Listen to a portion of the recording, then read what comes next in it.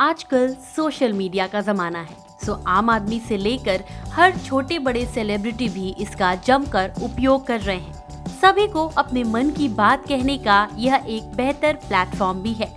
Response भी तुरंत मिलना शुरू हो जाता है। भोजपुरी की सभी अभिनेत्रियां भी सोशल मीडिया का जमकर उपयोग कर रही हैं। लेकिन भोजपुरी में इन दिनों सक्रिय अभिनेत्रियों में किसको आम आदमी कितना पसंद कर रहे हैं, तो आइए जाने सोशल मीडिया प्लेटफॉर्म पर कौन सी भोजपुरी एक्ट्रेस हैं सबसे आगे। अक्षरा सिंह। इंस्टाग्राम पर सबसे ज्यादा लोग अक्षरा सिंह को पसंद करते हैं। यहाँ इनके फॉलोअर्स की संख्या 12 लाख है। वहीं फेसबुक पर अक्षरा को 5,94,000 लोग फॉलो करते हैं व 4,39,000 लाइक्स मिले हैं। आम्रपाली दुबे।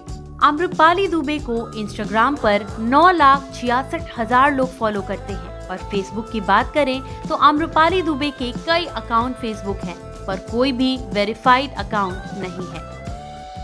काजल राघवानी। इंस्टाग्राम पर काजल राघवानी को 10 लाख लोग फॉलो करते हैं। वहीं फेसबुक पर 9,56,000 लोग उनके फॉलोअर्स हैं। शुभी शर्मा।